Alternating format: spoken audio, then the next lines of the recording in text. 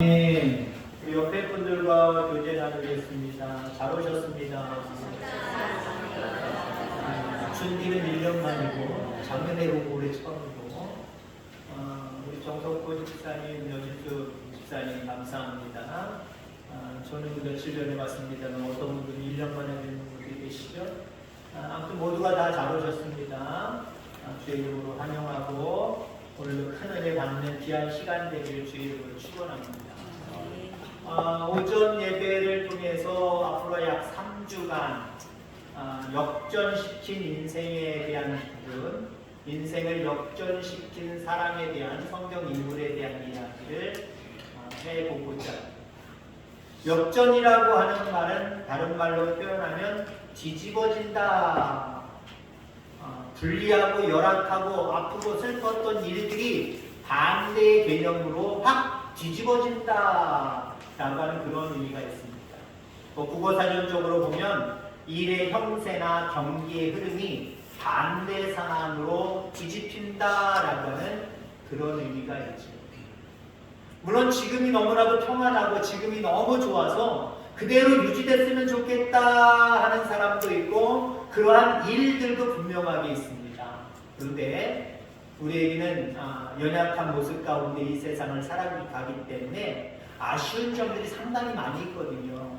그렇기 때문에 이 상황이 좀 이렇게 됐으면 좋겠다, 이 상황이 좀 이렇게 됐으면 좋겠다 라고 간절히 원하는 부분들이 분명히 더 많을 줄 분명히 믿습니다.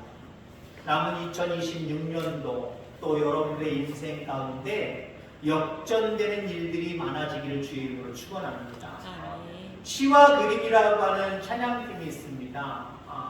그 찬양팀에서 수해 전에 발표한 곡 중에 그 곡은 바로 복음송가죠. 복음송가 중에 이제 역전되리라 하는 찬양이 있습니다. 한 수년 전에는 저도 이 찬양을 계속 반복해서 들으면서 은혜를 많이 받았던 그런 내용의 찬송인데 제가 반주자 없이는 이 찬양은 내가 다 따라할 수가 없어서 가사만 요약된 부분만 읽어드리려고 합니다. 너 기도를 멈추지 마라. 내가 너의 그 모든 상황을 바로 역전시키리니 바로 역전되리라. 바로 역전되리라. 이제 역전되리라. 아멘. 하나님께 소망을 두고 절대로 포기하지 마시기 바랍니다. 믿음 안에서 살아가면서 기도하고 맡긴 모든 것들이 이제 곧 뒤집어질 때가 올 거예요. 역전될 때가 올 거예요. 그러니까 지금의 상황 속에서 괴롭거나 힘들거나 어렵게만 생각하지 마시고 늘 하나님을 붙들고 나아가는 저와 여러분들 다 되기를 주의 이름으로 축원합니다. 제가 기억은 못합니다만은 이런 내용의 본문의 내용은 아니지만 이런 내용의 설교를 드린 적이 있을 겁니다. 변질과 변화 달라요. 변질은 나쁘게 변하는 것이 변질이고요. 좋게 변하는 것이 변화입니다. 자, 같은 쌀이라고 할지라도 쌀이 잘 숙성이 되고 잘 뭐 넣죠? 네? 엿기름을 넣어서 잘 끓여주면 뭐가 되죠? 뭘로 변화됩니까? 식혜로 변화됩니다. 이거는 말 그대로 변화입니다. 변화. 근데 밥을 해놓고 있는지도 모르고 며칠 지나서 쉬어버렸어요. 곰팡이가 쉬어버렸습니다. 이건 뭘까요? 변질된 겁니다. 나쁘게 된 거예요. 그거 아깝다고 먹는 사람 없을 겁니다. 배탈 납니다. 큰일 납니다. 결국 좋게 변하는 거 변화, 나쁘게 변하는 거 변질입니다. 자, 예수님의 제자들 중에 베드로, 비록 예수님을 나는 몰라요, 상관없어요, 그 무리와 나는 관계없어요 라고 부인했던 베드로, 성령의 충만함을 받아서 변화되었습니다. 하루에 3,000명이 변화되어서 베드로 때문에 예수 믿는 역사들이 나타납니다. 베드로는 어떻게 된 겁니까? 변화된 겁니다. 가룟 유다가 있습니다. 예수님 잘 따라다니다가 예수님 나 이제 곧 죽을 거야, 십자가 질 거야, 고난에 대해서 예고하고 죽음에 대해서 예고하니까 이게 뭐야, 3년 동안 쫓아다녔더니 이 김에 내가 예수님을 은상시에 팔아넘기자. 변화되어서 은 30에 예수님을 팔았습니다. 뭐가 된 겁니까? 변질된 거예요. 죄로 물들어가는 거예요. 썩은 거예요. 자, 우리 하나님은 여러분들이 변질되지 아니하고 변화되기를 간절히 소망하십니다. 여러분들 변질되지 아니하고 늘 변화될 수 있는 저와 여러분들 다 되기를 주의 이름으로 축원합니다. 오늘 본문은 엘리사라고 하는 인물이 나옵니다. 그의 스승은 엘리야고 여러분 잘 아는 두 사람들 잘 아는 인물일 겁니다. 성경에 많은 인물들이 있습니다만 어떤 인물을 얘기하면 성경에 그런 인물도 있어? 처음 듣는 것 같은데 그런 인물들도 많이 있지만 아마 엘리야, 엘리사 여러분들께 이렇게 얘기하면 많이 들었어. 내용도 기억나. 내용은 기억 안 나지만 이름 정도는 이 사람들 많이 흔히 듣던 인물들이야. 그렇습니다. 오늘 본문에 엘리야가 등장을 하고 엘리사가 등장을 합니다. 엘리야가 스승이고요. 엘리사가 제자입니다. 엘리사는요. 나중에 엘리야보다 더 많은 기적을 행한 능력의 사도가 되는 모습을 보게 됩니다. 엘리야는 생각나는 사건이 무엇입니까? 많은 우상 숭배자들 840명과 어떤 신이 참 신인지 갈멜산에서 싸운 사건 아시지요?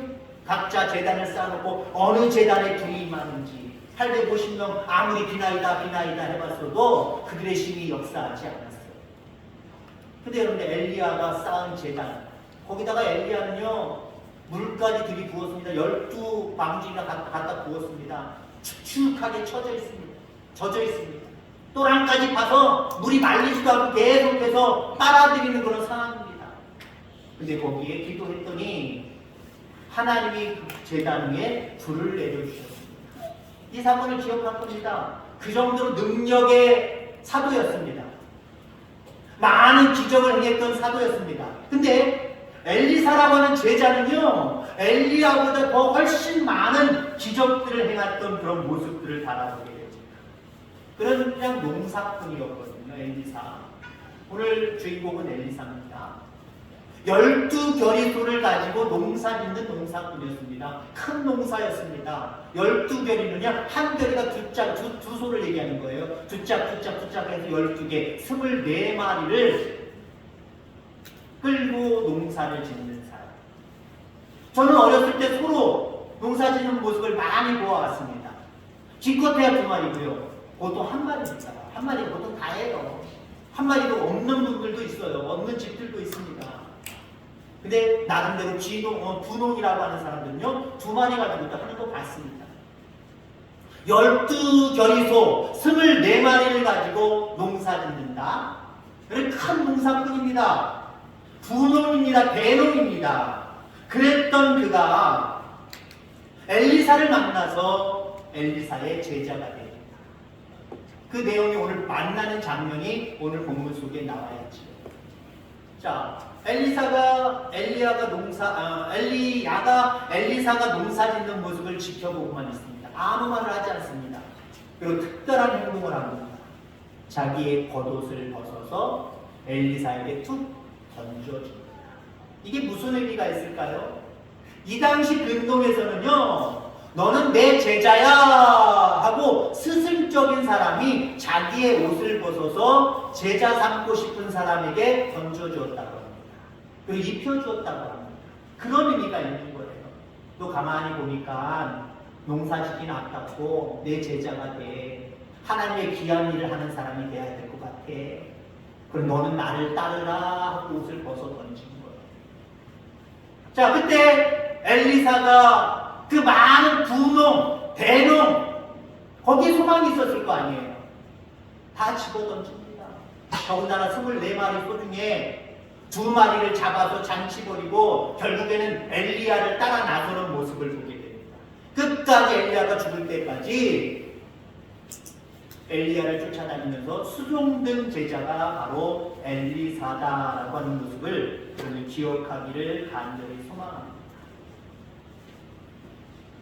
엘리사의 변화는 하나님이 우리에게도 요구하시는 변화인 줄 분명히 믿습니다.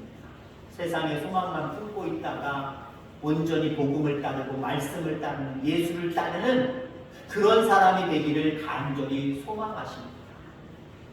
하나님께서는 여기 모인 모두가 이렇게 변화되기를 원하십니다. 그래서 오늘 엘리사의 변화는 어떤 변화인가? 어떻게 변화되어 있는가? 그리고 또 어떤 변화가 우리에게 역전되는 은혜를 가져다 주는가? 이런 부분에 대해서 함께 생각해 보고자 합니다. 자, 엘리사는 어떻게 변화됐을까요? 몇 가지를 이야기한다면 우선 부에서 가난으로 변화가 되었습니다. 이게 무슨 좋은 변화냐라고 할 수 있는 분들이 상당히 많을 겁니다. 보통 거꾸로 생각하지요. 나는 가난해, 나는 없어. 내가 부자라고 생각하는 사람이 별로 없는 것 같아요. 네, 욕심의 사람이기 때문에 늘 가진 것 가지고도 부족해서 나는 가난해, 더 가져야 돼, 더 부를 누려야 돼. 그래서 가난해서 부를 누리기를 간절히 소망합니다. 근데 오늘 엘리사는요, 그의 인생이 역전되는 뒤집어지는 은혜를 입었는데 그 요소 속에는 무엇이 내포되어 있느냐? 부에서 가난으로 변화되었기 때문에 그렇다라고 하는 거예요. 자, 모세도 보세요. 40에서 80세까지의 모습을 보시기 바랍니다. 그 모습 속에는 이제는 성장해서 정말 하나님의 은혜 가운데 그 애굽에서 대단한 인물로 살아가는 모습을 보게 됩니다. 근데 어떻게 됐습니까? 그냥 끝까지 나는 유대인 아니야. 유대인인 거 모르는 사람은 다 몰라. 치시거리는 사람들이 더 많아. 그냥 자기가 애국 사람 흉내만 계속해서 냈다고 한다면 왕족으로서 많은 부를 누리고 살아갈 거예요. 그러나 나는 하나님이 선택하신 유대인이다. 이스라엘 백성이다. 여기서 고통받는, 애국에서 고통받는 내 민족을 내가 구원해내겠다. 물론 방법은 틀렸지만 취향마음을 가졌어요. 그래서 나선으로 말미암아 결국에는 도망칠 수밖에 없는 상황으로 변했지요. 이 상황 어떻게 보면 모세가 스스로 만든 거예요. 그냥 자기가 권력 있는 자로 바로 공주의 아들로 넉넉히 모든 것들을 끝까지 누리며 살아갈 수 있었는데 스스로 그 모든 것들을 버리고 가난을 선택을 했습니다. 바울도 마찬가지지요. 뭐 지금도 예를 들자면 서울대 나왔다 그러면 못할 것 없잖아요. 지금도 직장 잘 들어갈 수 있고 정말 잘 살 수 있는 길이 어느 정도 열려 있는 것 같습니다. 근데 요즘 시대는 많이 변했죠, 그죠? 무조건 하버드대 나오고 무조건 서울대 나온다고 뭐 출세길이 열린 건 아니더라고요. 근데 예를 들어서 한 30년 전, 50년 전 여러분 생각하면서 그때 서울대 한번 생각해 보세요. 우리나라의 위정자들 대부분 그런 출신들일 거죠. 물론 우리나라 뭐 부호들 가만히 보면 어떤 분들은 초등학교도 안 나오고 그런 분들도 있지만 한 자리를 다 해먹었을 거죠. 바울도 마찬가지입니다. 엄청난 학력을 가지고 있습니다. 똑똑함을 가지고 있습니다. 지식과 지혜를 가지고 있습니다. 근데 그걸 이용해서 얼마든지 잘 살 수 있었지만 얼마든지 부를 누릴 수 있었지만 오히려 스스로 복음 때문에 가난해졌습니다. 하나님이 대단히 기뻐하셨을 거예요. 여러분, 가치관이 중요합니다. 가치관이 무엇입니까? 어떤 사람은 그렇게 얘기해요. 가치의 정도를 아는 것이 가치관이다. 어떤 게 가치 있는 것인지를 정말 잘 아는 사람이 진짜 가치관이 확실하게 확립된 사람이다. 세상에 많은 사람들은 물질이 전부라고 생각합니다. 물질의 가치를 대단히 큰 것으로 올려놓고 살아갑니다. 여기에는 역전되는 은혜가 없어요. 예수 그리스도 그분의 말씀이, 그 복음이 가장 가치 있는 것으로 여러분들 생각하고 맞바꿀 수 있는 믿음이 여러분들 가운데 있기를 주의로 축원합니다. 내가 예수님을 몰랐을 때, 그리고 예수님을 어설프게 알 때, 믿음이 없을 때에 여전히 물질이 내 가치관 속에 가장 귀한 걸로 자리 잡았지만 그것보다는 예수 그리스도, 구원, 그분이 허락해 주신 은혜, 말씀, 이것이 가장 가치 있는 것이다. 이걸 약간 슬쩍 바꿔놓으면요, 이런 바뀌어진 인생을 살아가는 사람들에게는요, 하나님이 반드시 역전시켜 주시는 은혜가 함께하는 줄 기억하기를 주의 이름으로 축원합니다. 하나님은 온데간데 없어요. 말씀은 온데간데 없어요.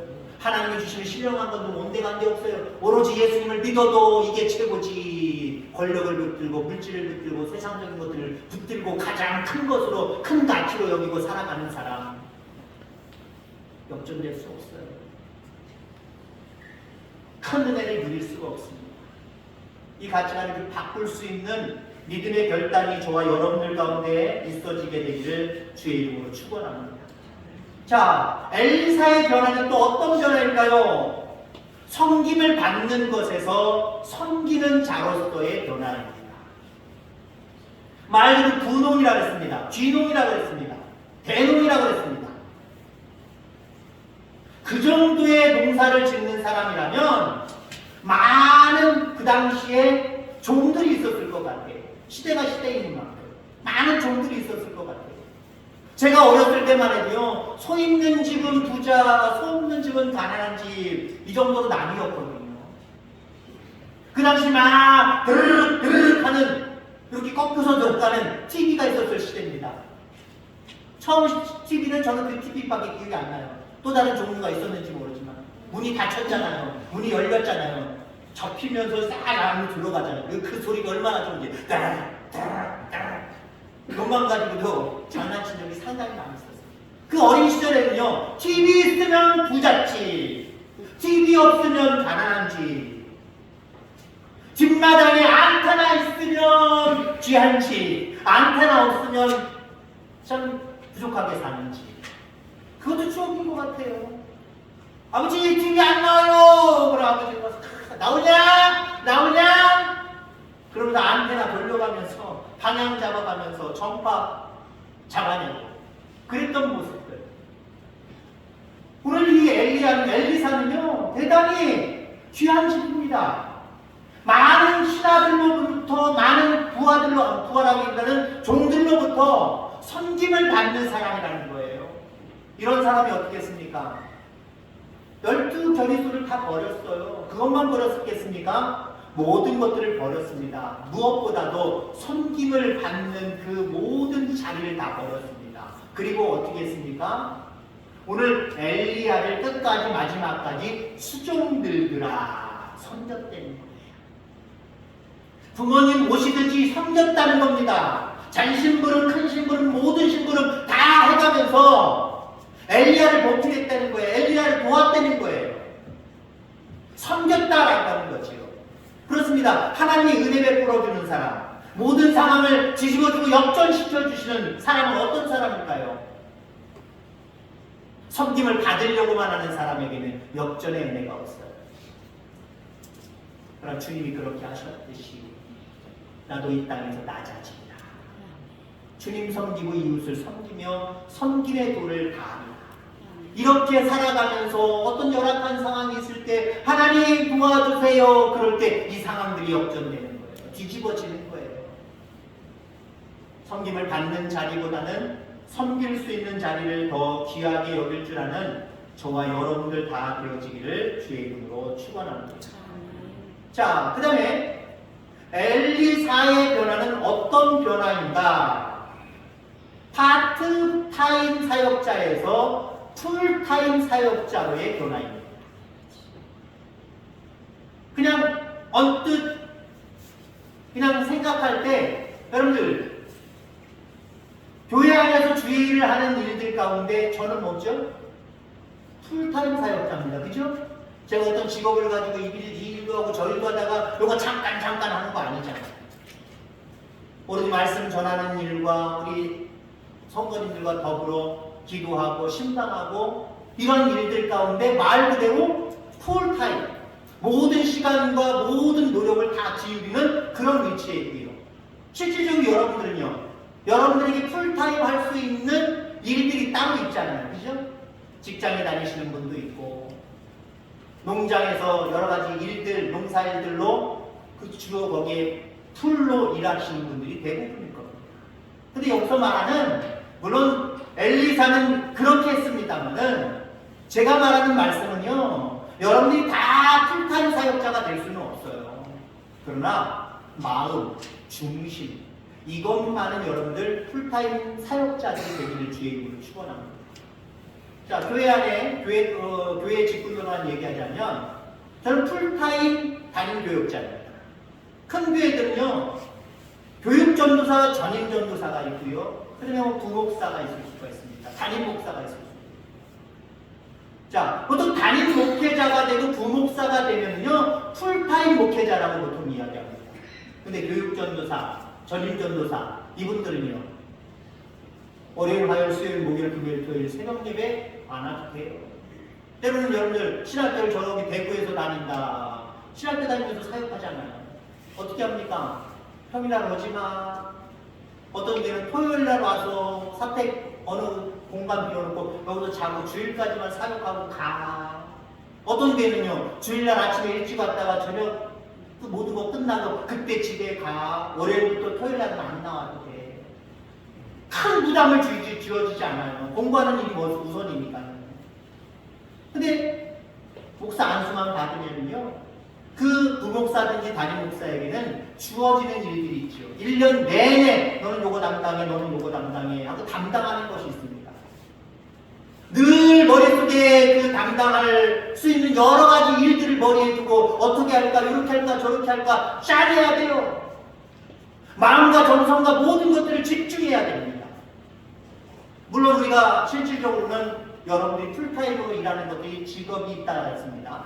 그러나 마음만은, 중심만은 하나님이 기뻐하시는 그 일들 가운데 마치 풀타임 사역자처럼 사역할 수 있게 되기를 주의 이름으로 축원합니다. 시간은 물론 그만큼 드릴 수는 없잖아요. 시간까지 그 정도로 투자하라는 거 아니에요.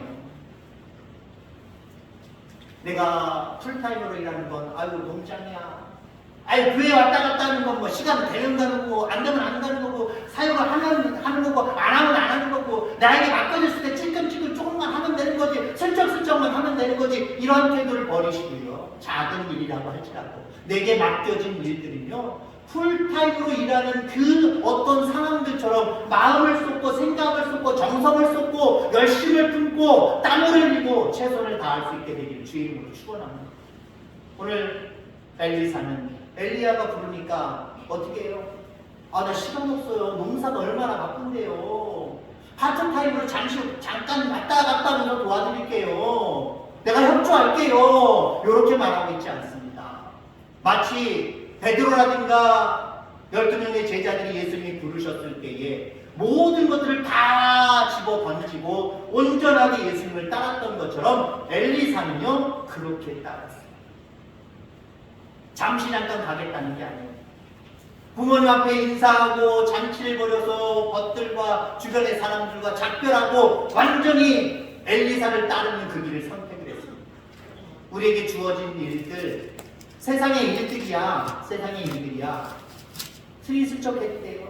듬성듬성해도 돼요. 특히 우리 주성이 군대가 있는데 군대에서는 잘하는 척하고 손들고 그러면요, 한마디로 군대 용어로 땡이 칩니다. 걔만 열심히 일하게 되어 있고 걔만 부르게 되어 있어요. 나 못하는데요. 서울 땡지리처럼 이렇게 저렇게 요런 피우는 사람, 그런 사람들은 눈에 안 띄면 일 안 시킨다니까요. 세상의 일은 그래요. 근데 하나님의 일은요, 작은 일할 자는 최선을 다하고 열심을 다하는 사람 하나님이 눈여겨보시다가 그가 기도하고 그의 모든 상황들을 하나님 앞에 맡길 때에 하나님 마침내 뒤집어 주십니다. 역전시켜 주십니다. 풀타임 사역자처럼 주의 일에 열심히 품는 저와 여러분들 다 되기를 주의 이름으로 축원합니다. 자, 마지막으로 이 엘리사는 어떻게 변화되었는가? 육적인 사람에서 영적인 사람으로 변화되었다라는 겁니다. 앞부분의 내용도 그런 거예요. 육적인 사람이라고 한다면 여전히 내가 생각하는 세상의 일들이 주가 되는 거고요. 주의 일은 그냥 듬성듬성하게 돼 있는 거예요. 근데 내가 영적인 사람으로 변화되면요, 우리 인간에게 중요한 게 이 세상의 일들인가 아니지 않느냐. 우리가 이 땅에서 예수님 잘 믿고 하나님이 예비하신 영원한 생명의 나라를 누리는 것이 이게 최고인데, 그러려면 내게 맡겨진 작은 일이라고 할지라도 풀타임처럼 내가 정성을 쏟아야지, 마음을 쏟아야지, 내가 관을 똑바로 가지고 철저하게 주님 따라야지. 아마 이런 생각을 할 겁니다. 여러분, 육적인 사람에서 영적인 사람으로 변화될 수 있는 저와 여러분들 다 되길 주의 이름으로 축원합니다. 24마리를 몰며 밭을 갈고 농사를 하는 육적인 농사꾼이었지만 그거 다 집어던지고 엘리야를 따르는 영적인 농사꾼으로 변화됐습니다. 베드로가 마치 자기가 물고기 낚는 어부에서 모든 도구를 다 버려두고 사람 낚는 어부가 되기로 작정하고 예수님을 따랐던 것과 똑같은 모습이지. 영적인 사람이기 때문에 이게 가능한 거예요. 여전히 육적인 것이 중심이고 최고라고 생각하는 사람들, 내가 왜 그 손해볼 짓을 해? 나는 그렇게 못해! 라고 주장할 거예요. 그런 사람에게는 역전되는 상황이 없습니다. 하늘의 상급도 물론 없고요. 사랑하는 성도 여러분, 하나님은 우리 모두가 부에서 가난으로, 섬김을 받는 자리에서 섬기는 자리로, 파트타임에서 풀타임으로, 육에서 속하여 살아가는 사람에서 영으로 속하여 영에 사는 사람으로 변화되기를 원하십니다. 이런 변화를 축구하고 이런 변화 속에 살아갈 때 하나님 여러분들 마침내 모든 상황 속에서 역전시켜 주시고 뒤집어 주시는 놀라운 은혜를 허락하심을 확신하게 되기를 주의 이름으로 축원합니다. 하나님 아버지 감사합니다.